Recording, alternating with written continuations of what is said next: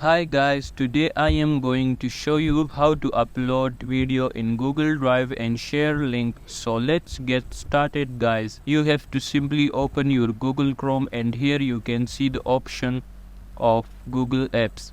Click on Google Apps. Now in Google Apps you have to click on Drive.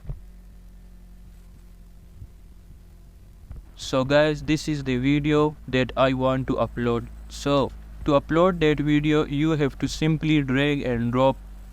You can see uploading one item. So wait for it guys.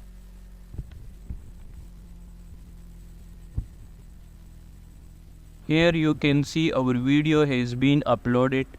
So to share the link of this video you have to simply right click on it. And here you can see the option of share link.